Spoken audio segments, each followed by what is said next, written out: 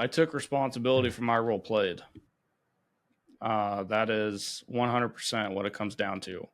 In everything that you do, and every person that you try to become, every version of yourself, no matter what, there is a role played, right? Um, and people have bad childhoods. It's never the child's fault. Never. However, there does come a point in time where you have to stand up and you have to move out. And are you going to take responsibility in that moment or not? Are you going to hang on to that past and let it define your future? Or are you going to stand up and say, this is done. I'm done with this. I don't know what this looks like moving forward, but it's definitely a lot better than where I'm at now. And, the people that are still stuck in their brokenness, to some point, they're choosing to stay there. It's a dartboard on the wall, and they're always hitting a bullseye because they've established their excuse, and nobody but themselves can change their mind. Where my picture painted is, I'd rather throw a dart at a big, beautiful white wall, and anywhere that it lands is a greater version of where I'm at now.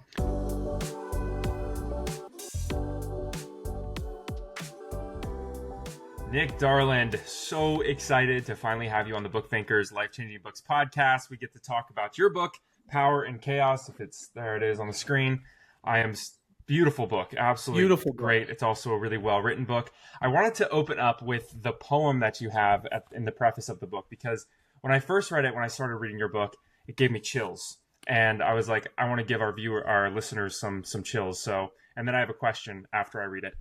So it's this. Courage and hope. Step into something that's bigger than you. Imagine the things you might do. As you grow, your heart will too. Step into something that's bigger than you. Now, the question I have is that you wrote this in 2019 and you were going through some tough times. So I would love you to kind of paint a picture of what was going on in your life at the time that you wrote that. I like to say it was an accumulation of everything. I remember the night that I wrote that. I was at Camp Ripley in Minnesota, and we were getting ready for a deployment. So we were on base, but we were in a QRF scenario. So I was up on this outwatch, laying there staring at the stars, thinking about how shitty my life has been.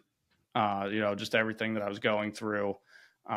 And I was on Instagram, and if you look at my Instagram, when I switched it to a professional profile, I actually left the post there. It was a picture of a baby lion that was stepping into a puddle, and the reflection was its older self. And the poem just came to me. And I actually have it in my notes here. I'll tell you the exact day I wrote it. And it was July 26, 2019. Wow.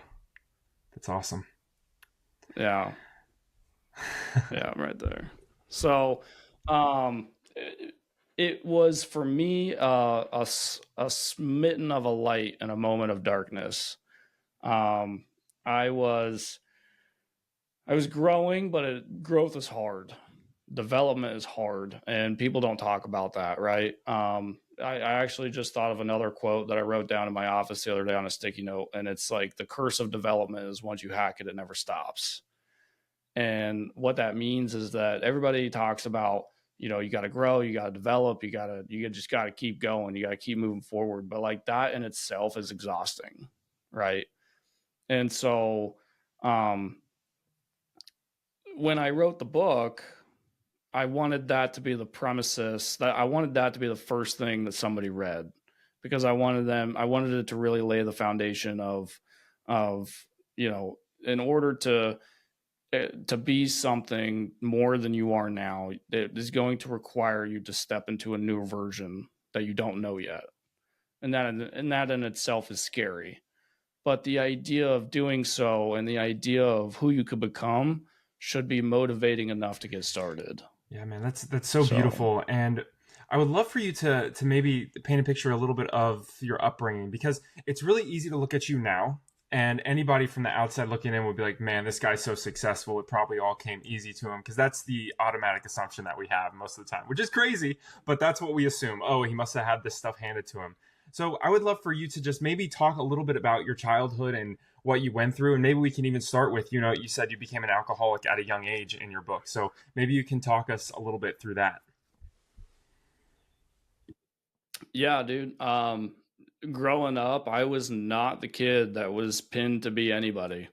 To really paint that picture for you, a couple years ago, I ended up doing a event for the military at my high school, Twin Cedars, and I remember I walked into the front office to say hi to the secretary, because I hadn't seen them since I left my senior year, and I walked into the principal's office, Mr. Roby, and he's scolding this kid that is just sitting there, a lot like I did.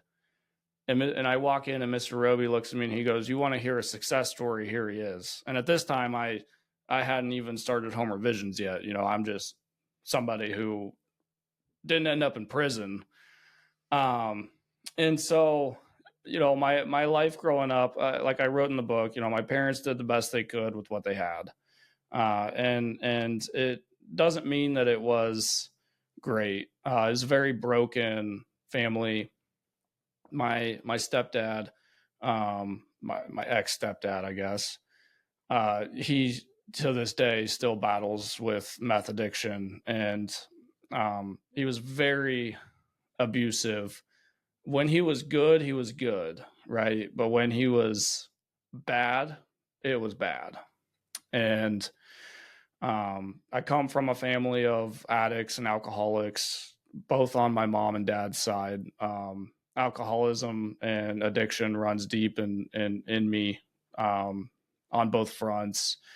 And it just, as I got older, and the feeling of not being seen by the people that are supposed to see you really kind of gave me a rebellious attitude. Because at the end of the day, I got to the point where, if I'm getting negative attention, that I'm getting some type of attention, right? And so it really forged a path for me to, I'm going to blame my parents. I'm going to blame my life and how shitty it was. And I'm going to do what I can for people to see me, because I just need someone to see me. I don't care if it's good, bad, or indifferent. I just need to be noticed. My dad was never really around until, realistically, we didn't have much of a relationship until just 5 or 6 years ago. It was my wife actually that pushed me to that, because when my wife and I first got together, I didn't want anything to do with my dad, and she'd told me, am I ever going to meet him? And there's family members that to this day my wife has not met. And so that's been really rekindling. It took a lot of work, and it took a lot of growth on both ends, right? Um, my my relationship with my stepdad and my mother is not good to this day. And it's funny because, I was telling my baby brother, he was over the other day, and he was like, "How are you so calm with everything that my mom's pissed about this book?" Um, he's like, "How are you just so calm?" And I'm like, "Jesse, I went from the worst kid that anybody could ever have to, there was nothing I could do wrong, right? As I got more successful and as I obtained more of a status, so to speak, my parents were proud. Everybody was proud. I was the perfect son. And then I wrote this book, and in my mom's words, the only way she was going to be all right with this if I paid off her mortgage. And so, you know, now I'm back to the dysfunction and the people could care less if I existed or not. But the difference is I don't care. Um, you know, it's heartbreaking to say that because that's my mom. But if she's not going to provide value to me and my life and my family and her granddaughter, then it's your problem, not mine. And I think when people embrace the brokenness and they find a lesson through it, then they can start to forge that mentality that, hey, it's on you, and it hurts, but you can love someone from a distance, and that's okay, right? My mom knows where I live. She knows that at any time when she's ready to talk, I'll be there. But until then, she's gotta forge her own journey and create that narrative for herself that doesn't just put me as the blame game.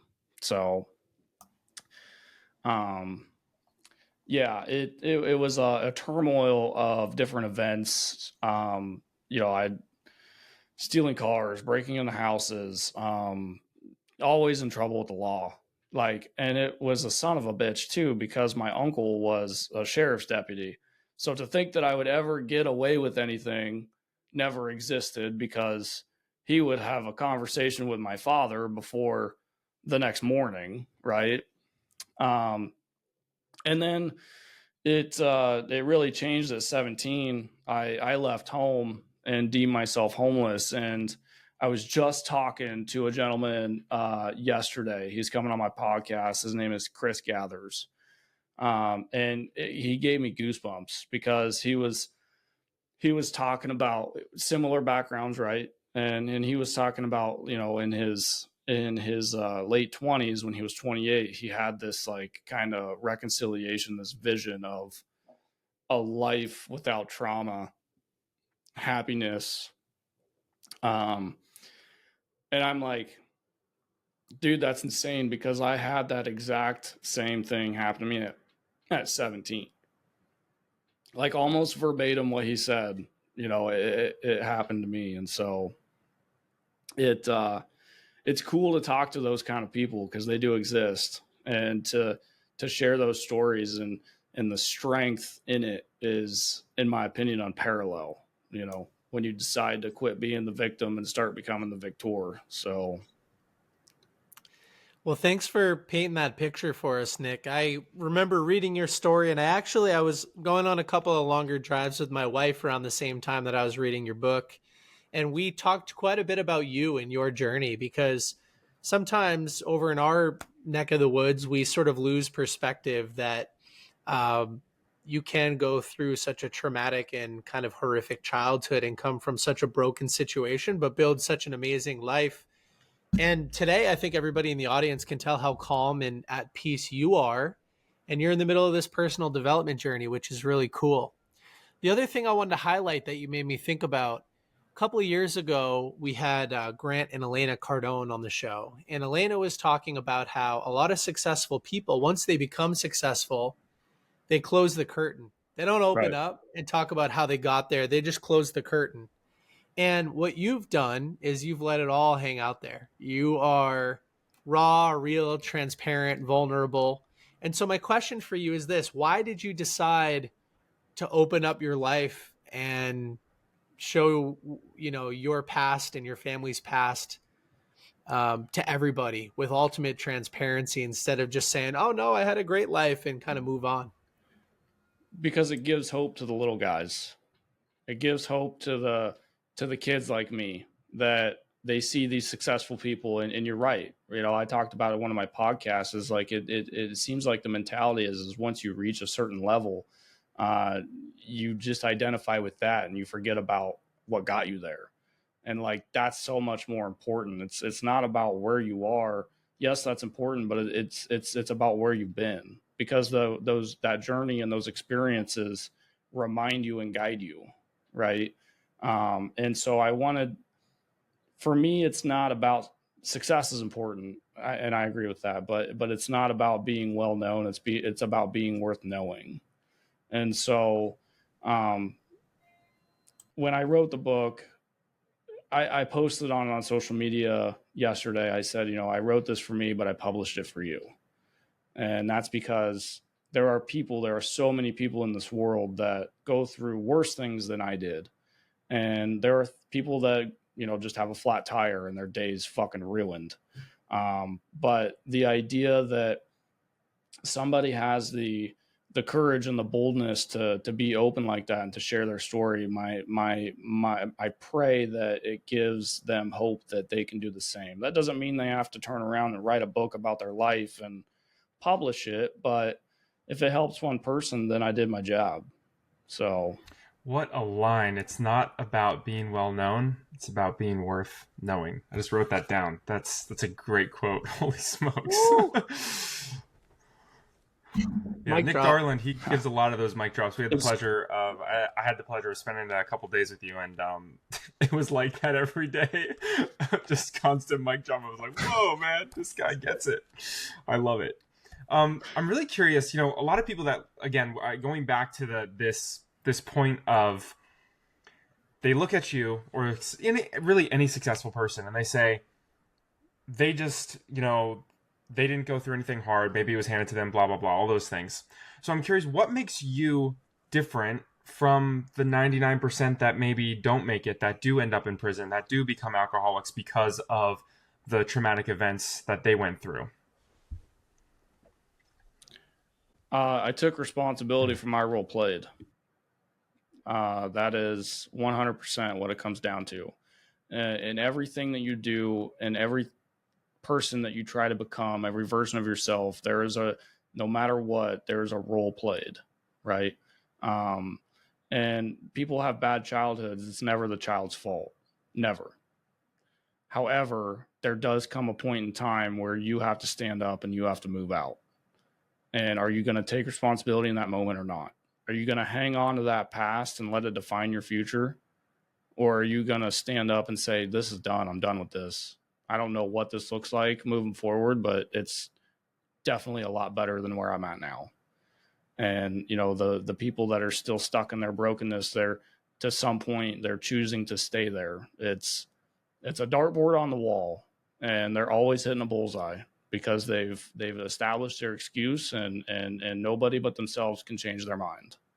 Where my picture painted is, I'd rather throw a dart at a big, beautiful white wall, and anywhere that it lands is a greater version of where I'm at now. So what were those first points in your life that you started to realize that you started to take responsibility? It was when I went through my DMAX stuff, and that's the other thing is, I didn't leave home at 17 and have it all figured out. I had nothing figured out. Still struggling, still staying stuck in the past, still blaming my life and my upbringing and my parents. There was a time in my life where my friends would get things and I would be pissed about it, right? Like if my buddy's parents bought him a car, but I'm working at McDonald's 40 hours a week to just afford gas in my clunked out 92 Ram 50, I was mad about that, because I was like, why can't my parents do that for me? Right? Why can't I have that kind of establishment with things given to me, whether I deserve it or not? Right? What did I do wrong? And I'm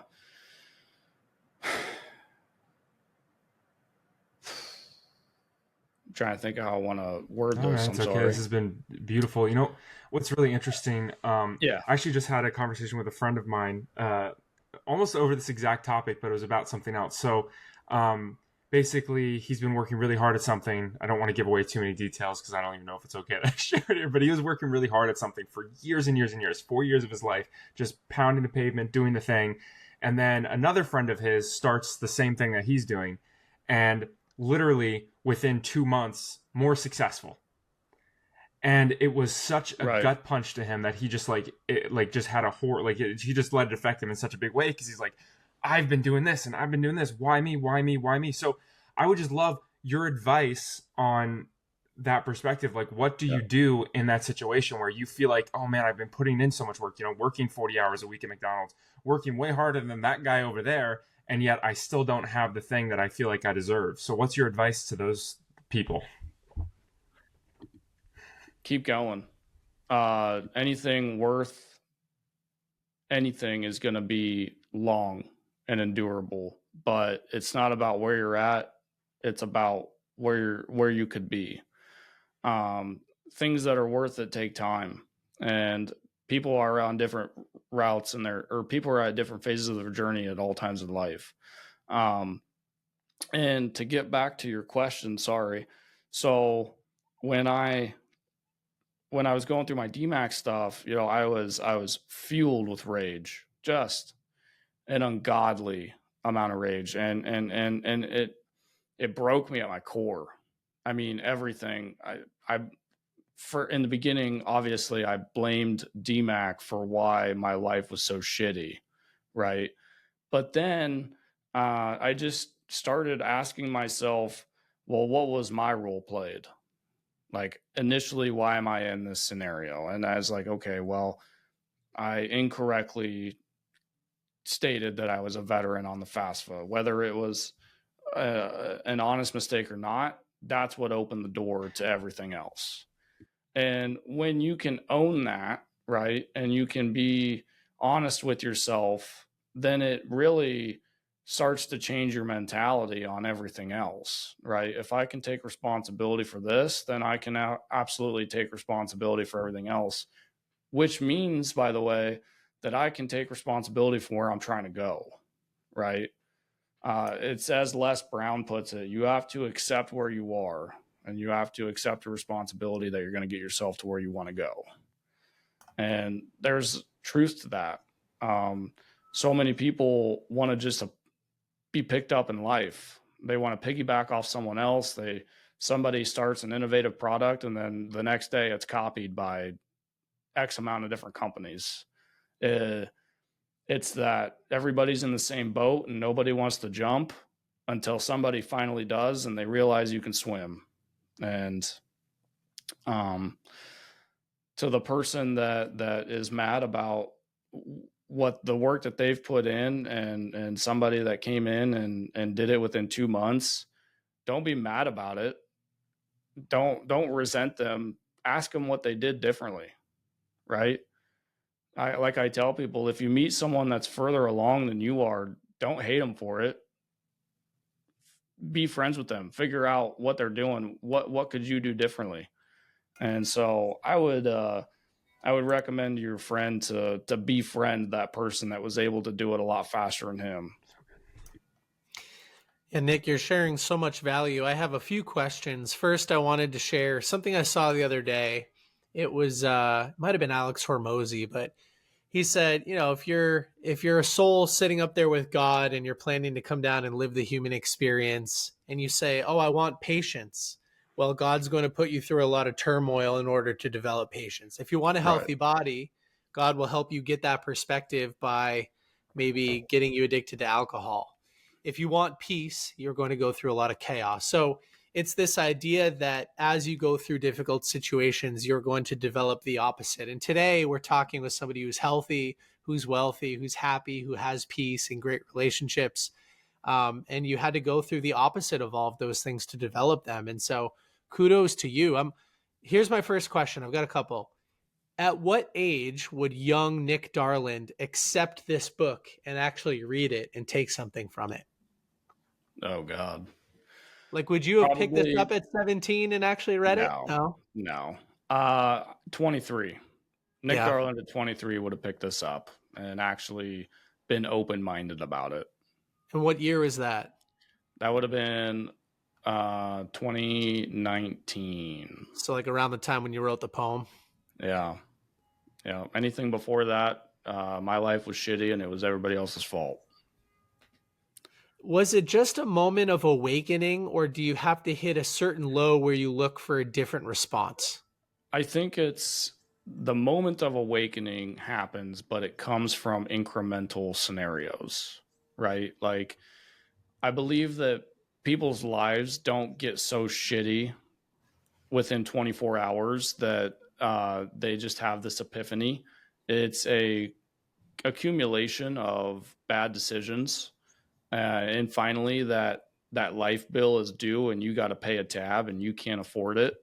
And so you're in that moment of, well, this isn't working anymore. What do I do? Right. And I talk a lot on suicide because, to be honest with you, that's that dark moment. Right.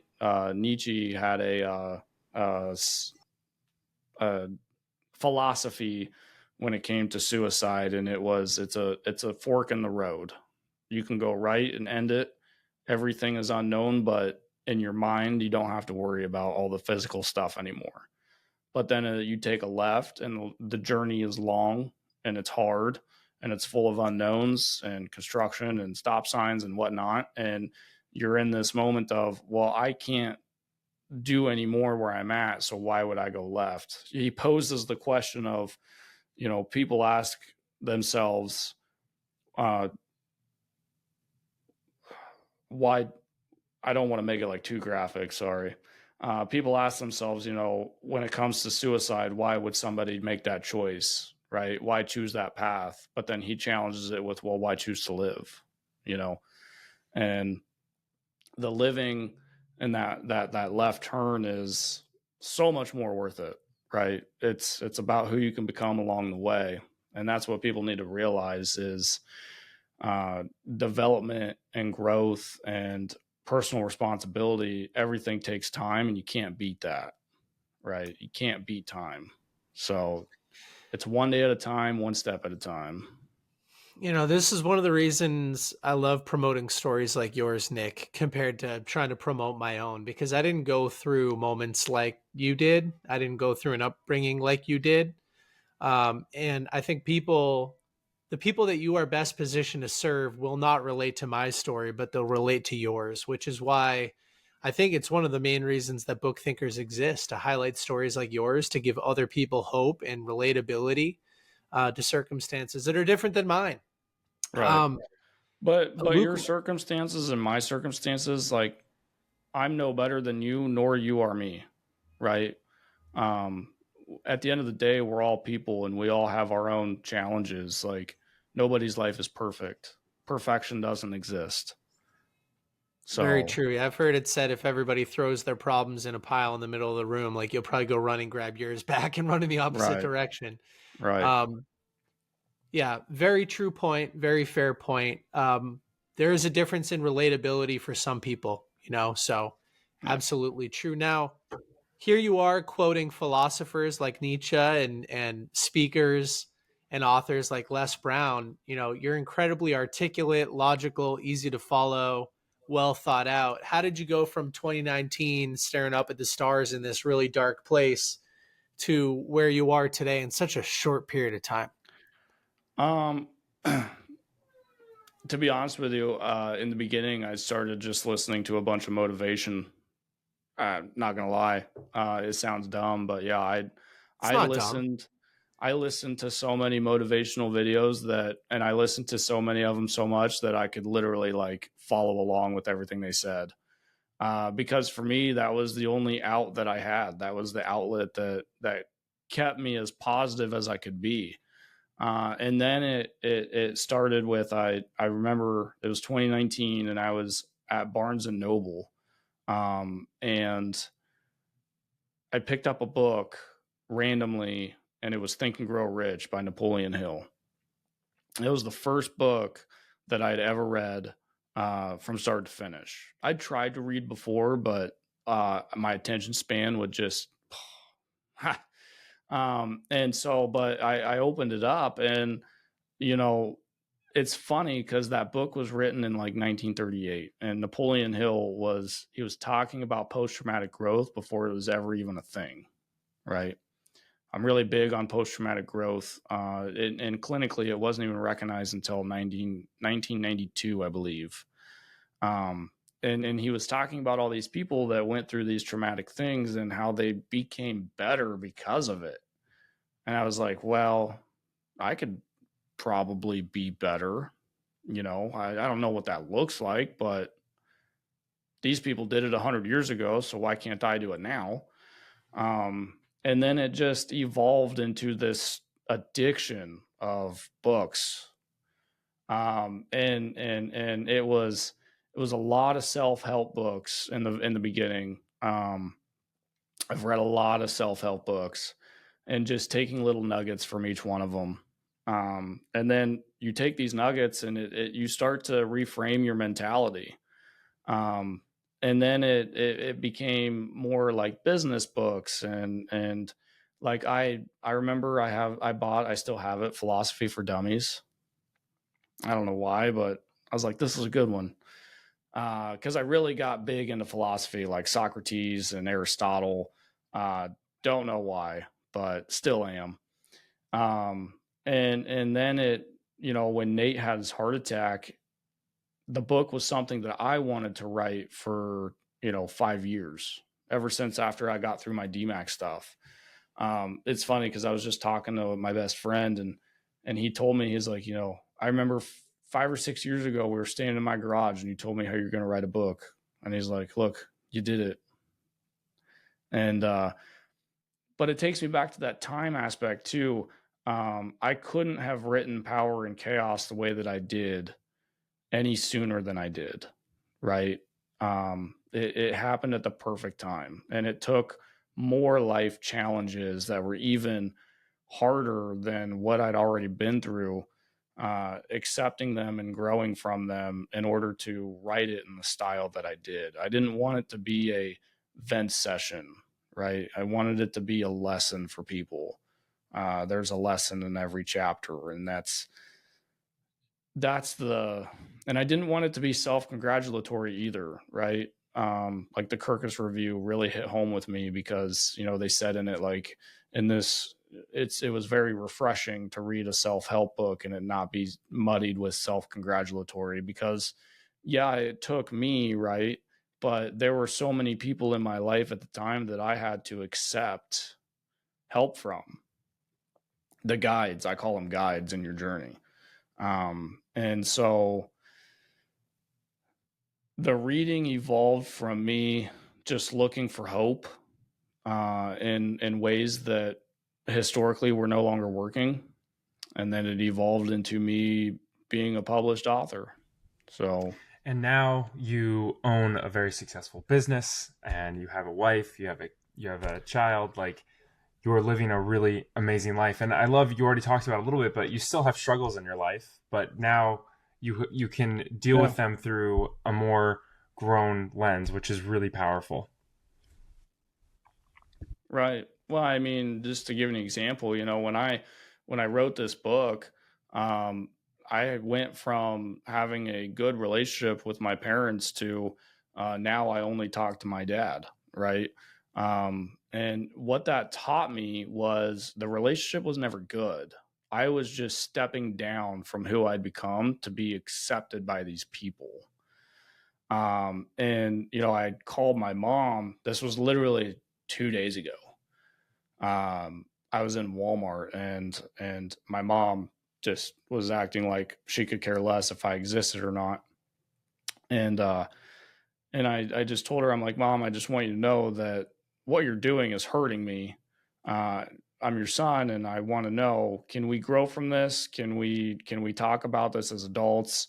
And if not, that hurts, and that's okay, because I'm fine with going my own way. And when you're ready to come around, I'll be there. And, she turned it back on me very, the book was petty. I'm petty. I'm a liar. Because she doesn't want to accept responsibility for her role played. Right. And so she wants to create the narrative that she was Mother of the Year and live in La La Land, and not accept responsibility for anything that she did wrong. And it's sad because the book isn't even like that. Right. It's just, hey, bad things happen, and that's okay. What are you going to do about it?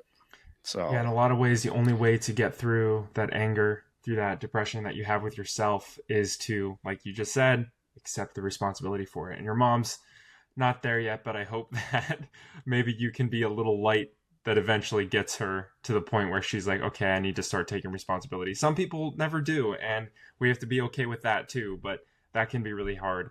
Right. Nick Darland, this has been such an amazing conversation. And I just also wanted to say, as I was reading your book, and then Nick Hutchison, I'll kick it to you after I say this, but I just wanted to say, going through your book, it's a memoir style, and tell you what, I laughed, I cried, I got goosebumps, I cheered, I was very much invested into your story while I was reading through it. So you did an excellent job, and it is just such a poignant example that anyone from any background, from no matter who you are or where you're at, can make it through. You just have to, like you said, start with taking responsibility for the role that you played. All right, Nick Hutchison, I can give it to you. Right. Yeah, I just wanted to acknowledge one more time how impressive I think your levels of transparency and honesty are. We live in a world today where people have different versions of themselves. Maybe it's with their family versus alone, or maybe it's on social media versus behind the scenes. Maybe it's in their business versus their personal life. And the fact that you are, there's one version of Nick Darland right now, as far as we can see, and he's Yeah. putting it all out there, and he's working really hard to improve his life and the lives of the people around them and the people that read his book and work with him through the future leadership coaching and in your business. And I mean, it's just, I don't know, kudos to you. I think that you said the Kirkus review was refreshing for you to read, or they thought your book was refreshing. Like, I think you are refreshing. And, you know, it's still to acknowledge there's a long way to go. We talked about it today. You're having an event tonight. No people might show up, but in a few years, you'll have 20,000 people show up, and that's the right attitude. So I don't know, man. I'm happy to see you doing your thing. I'm happy to support you in any way that we can. I'm happy to get to know you better over the coming years as a friend and support your journey and look for mutual accountability and support from you with my journey. And yeah, you just seem like somebody who's going to do a lot of really good things throughout the rest of your life. So Thanks, just man. wanted to And acknowledge that as a way to wrap things up. yeah, and likewise, like I said, the book thinkers, what you guys are doing is phenomenal. It's people based, it's value based. I mean, I knew that the first time we talked, and so I wish you guys nothing but fortune and luck, because what you're doing is it's building something that's beyond you. If I could make a closing statement to your listeners, my one thing that I would want people to take away from this is, no matter where you're at, no matter who you are or what you are, give grace to yourself for where you're at. Everything takes time, and you'll get there. Just focus on the light and focus on that version of you 5 years down the road, and remember the version of you 5 years behind you. And you're going to make it, but give yourself grace. So many people get so caught up in who they think they're supposed to be that they forget about where they're at right now. So, man, yeah, it's just mic drop. so beautiful. And it's true. Give yourself some grace. I think oftentimes we're the hardest on ourselves, right? So, what a great lesson. What a great podcast episode. Nick, where can people go to find out a little bit more about you and, you know, find the books and everything else that you're doing? We'll obviously link that stuff in the show notes. My website is www.nickdarland.com. You can contact me through there. My email is nick@nickdarland.com. The book is available currently on Amazon and barnesandnoble.com. Power and Chaos: Overcoming Adversity with Courage and Hope. And then my handles on social media are Power and Chaos. So feel free to reach out to me, DM me. I'm always open to meet new people and have in-depth conversations about who people are, where they're at, and what they're doing to try and get to where they want to go. So beautiful. Yeah. Well, thank you so much for coming on, Nick. This was an incredible conversation. I thoroughly enjoyed it. And just like Nick, I can't wait to continue to watch your journey unfold and get to know you more and better and everything else. It's going to be great. It is. It's going to be exciting. Yes, We're going to do it together.